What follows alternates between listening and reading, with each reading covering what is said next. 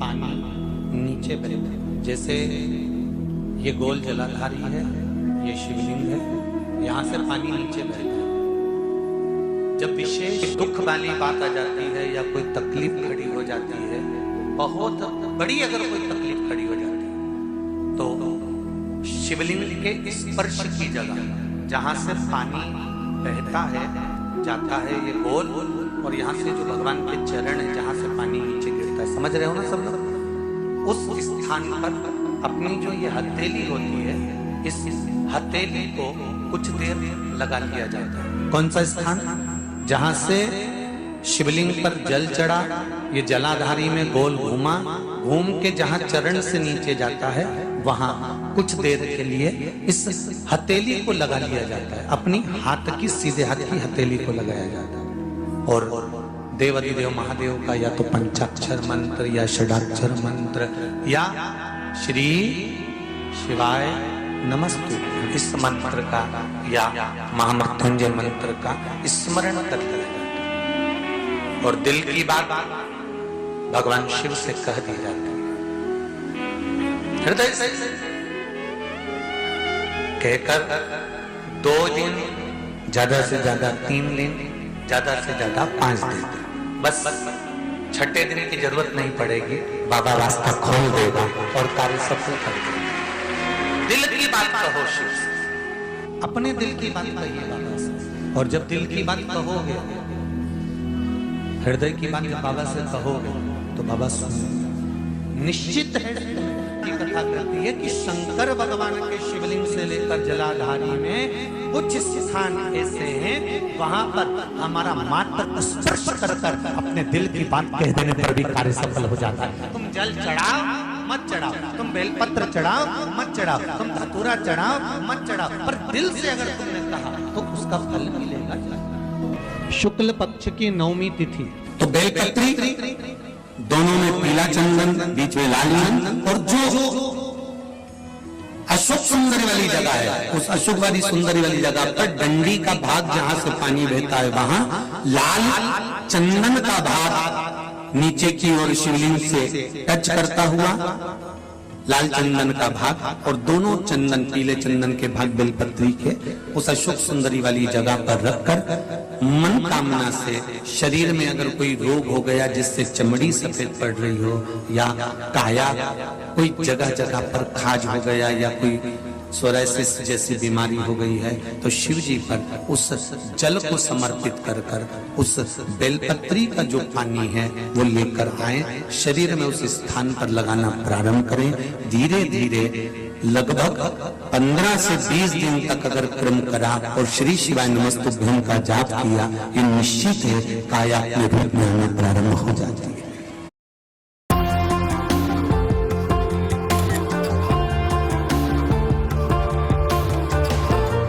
नमस्तुभ्यं का जाप किया, ये निश्चित है काया अपने रूप में हमें प्रारंभ हो जाती है, निश्चित।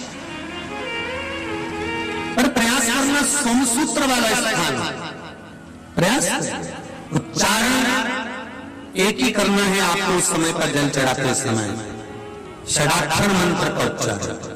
कभी मौका मिल जाए, विवाह शादी में देरी हो रही हो, या कोई नया कार्य चालू कर रहे हो उसमें देरी हो रही हो, या कोई सर्विस के लिए, नौकरी के लिए जा रहे हो और वो कार्य नहीं हो रहा हो, तो एक धतूरा, केवल एक धतूरा, उस धतूरे को फोड़कर उसके अंदर का फल निकालकर उस फल को शिवलिंग पर चढ़ाकर 1 लोटा जल शंकर भगवान को समर्पित कर। दिन होना चाहिए मंगलवार। कौन सा दिन होना चाहिए? जम के बोलो जरा, मंगलवार समर्पित करो। उसके बाद में आप विवाह के लिए अगर समर्पित करे हैं तो विवाह में देरी नहीं होगी, व्यवसाय और व्यापार के लिए या नौकरी के लिए समर्पित करे हैं तो उसमें देरी नहीं होगी। डिब्बी लो, काशी विश्वनाथ का नाम लो और 21 बार उतारो, और उतार कर किसी पेड़ के नीचे तक खड्डा खोद कर उसको दबा दीजिए। आपका काम यूं सफलता की ओर बढ़ना चालू हो जाएगा। शनि की कुदृष्टि समाप्त, 7.5 ढैया समाप्त, परेशानी नहीं। शनिवार के दिन जो पीपल के वृक्ष में सरसों के तेल का दीप लगाता है उसको शनि कभी परेशान नहीं करता। एक बात हमेशा ध्यान रखिएगा, मान लो अगर कोई भारी रोग ऐसा शनि महाराज के कारण हो गया हो, अच्छे काम करते करते उल्टे हो रहे हैं, होते हैं किसी किसी के साथ में, विपरीत परिस्थितियां आ जाती है, अच्छा करने जाओ बुरा हो जाता है, अच्छा कर्म करने जाओ बुरा हो जाता है। तो पीपल के वृक्ष की जो छाल होती है, छाल देखिए पीपल के वृक्ष में जो छाल लगी होती है, उस छाल को घिसकर चंदन बनाकर भगवान शंकर का स्नान कराकर, अभिषेक कराकर, पूजन कराने के बाद में पिपलेश्वर महादेव का नाम लेकर, कौन से महादेव? पिपलेश्वर महादेव का नाम लेकर वो जो घिसी हुई छाल होती है उस छाल का तिलक भगवान शंकर को लगा लो और उसी का थोड़ा सा भाग अपने कंठ पर, मस्तक पर लगाना प्रारंभ कर दो। धीरे धीरे जो विपरीत दशा है वो सुधरना प्रारंभ हो जाती है। और नाम याद रखना पिपलेश्वर महादेव का। वो भी शनिवार के दिन पीपल के वृक्ष की पूजन करेगा, दूध चढ़ाएगा या मिष्ठान का भोग लगाएगा, लक्ष्मी और नारायण उसके घर में प्रवेश कर जाएगा। लक्ष्मी और नारायण उसके घर में प्रवेश करेगा, इसलिए नियम बनाया। कौन से दिन? शनिवार। लक्ष्मी जी बोली नारायण आपने तो एक दिन का वार लिख दिया, शंकर जी ने 7 वार बनाए हैं, रविवार, सोमवार, मंगल, बुध, गुरु, शुक्र और शनि, ये शिव जी ने बनाए। अब एक दिन आपने अपना बना लिया, बाकी के दिन अगर कोई इस पीपल के वृक्ष के नीचे आएगा और यहां तो दरिद्रता बैठी है तो उसका क्या होगा? भगवान नारायण बोले सुन दरिद्रता, तेरे से एक विनती है, अगर कोई भी मनुष्य इस पीपल के पेड़ के नीचे अगर 7 दिन में आता है और उसके हाथ में अगर कोई सामग्री होती है तो तू उसके घर में प्रवेश नहीं करेगी। नियम है पीपल के वृक्ष का, या तो पानी का लोटा लेकर जाओ, कुंकू का चोपड़ा लेकर जाओ, शक्कर लेकर जाओ, या पेड़ के नीचे चींटी को डालने के लिए आटा ले जाओ, पर खाली हाथ पीपल के वृक्ष के नीचे कभी मत जाओ, कभी नहीं जाओ। खाली हाथ जाओगे तो दरिद्रता तुम्हारे घर में प्रवेश करेगी। दरिद्रता उठकर खड़ी होकर बोली नारायण तुमने अपनी मनमानी करी है, एक दिन मुझे भी मेरा चाहिए। भगवान ने कहा बोल कौन सा दिन चाहिए? दरिद्रता कहती है रविवार के दिन इस पीपल के वृक्ष के नीचे मैं दिन भर नृत्य करूं, इसमें रहूं, और जो यहां आए रविवार को मैं उसके घर में प्रवेश करूं।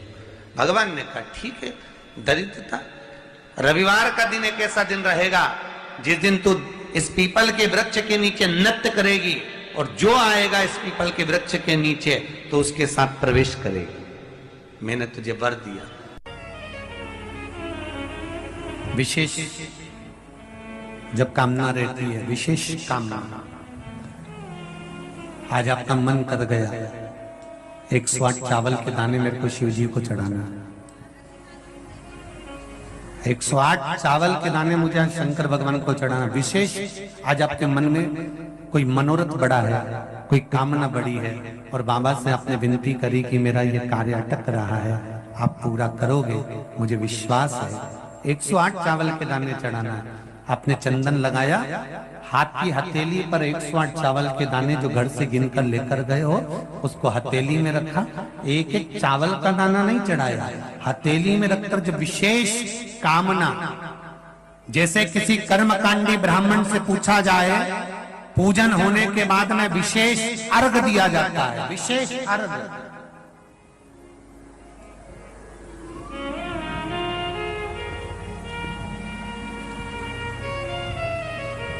उसी तरह विशेष कामना के लिए स्कंद पुराण कहती है जिस व्यक्ति पर कर्जा बहुत ज्यादा मात्रा में हो जाता है और कर्जा चूकता नहीं है, आप बहुत प्रयास कर लिए, करोड़ों रुपए का कर्जा हो गया, यहां से लिया वहां दिया, वहां से उठाया वहां दिया, वहां से उठाया वहां दिया, तो निवेदन है कभी मौका लगे कर्जा मुक्ति के लिए सारे वृक्षों में अगर कोई श्रेष्ठ वृक्ष माना गया है तो वो बट का वृक्ष माना गया महाराज। इसलिए प्रशासनिक कार्य के लिए, मानसिक टेंशन में, परेशानियों में बटकेश्वर महादेव का स्मरण किया जाता है और यदि निवेदन करूंगा बहुत ज्यादा, यदि आपको कर्जा हो गया है, बहुत ज्यादा कर्जा हो गया और वो कर्जा चूक ही नहीं रहा, तो थोड़े दिन बड़ के पेड़ के नीचे आप बटकेश्वर महादेव के लिए 1 लोटा पानी, उसमें थोड़ा सा पिसा हुआ चावल पीस के गला लेना चावल को और पीस लेना, पीस के उस पानी में मिला लेना और मिलाकर उसमें थोड़ी सी हल्दी पिसी हुई डालकर बटकेश्वर महादेव के नाम से बड़ के पेड़ के नीचे अपनी कामना कर कर जो कर्जा हुआ है उस कर्जे का भान देते हुए, स्मरण देते हुए छोड़ दीजिए। महाराज 2 या 3 सोमवार एक ही जगह पर करना, 3 सोमवार बाद वहीं से बड़ के पेड़ की थोड़ी सी जड़ उठा लाना और उस जड़ को एक कोई धागे में बांधकर या तो अपनी गले में डाल लो या अपनी जेब में पटक लो, उसको थोड़े दिन पटक कर रखना, लगभग 2 से 3 महीना पटक कर रखो। वो जड़ जैसे बड़ का पेड़ विस्तार होता है, पानी गिरे ना गिरे, जल वृष्टि हो ना हो, गर्मी पड़े ना पड़े, उसको कोई फर्क नहीं पड़ता, बड़ का वृक्ष आप रूप फैलता जाता, उसकी जड़ें अपने आप प्रबल होती है। उसी तरह ये बटकेश्वर महादेव कहीं से भी अगर जड़ आपके पास में रखी है 1 महीना, 2 महीना, 3 महीना तक, तो ये जड़ अपने आप लक्ष्मी को पकड़कर खींच कर लाती है और कर्जे से मुक्त कर देती है। बटकेश्वर महादेव का स्मरण सुख का देना। बटकेश्वर महादेव, जो व्यक्ति पथभ्रष्ट होता है, जैसे मदिरा के नशे में पड़ गया, कहीं जुए में पड़ गया, कहीं मांसाहार में पड़ गया, कहीं व्यसन में पड़ गया, कहीं गलत काम में अगर कोई जा रहा है, तो श्रम्भेश्वर महादेव के नाम से काली तिल भगवान शिव को समर्पित करी जाती है।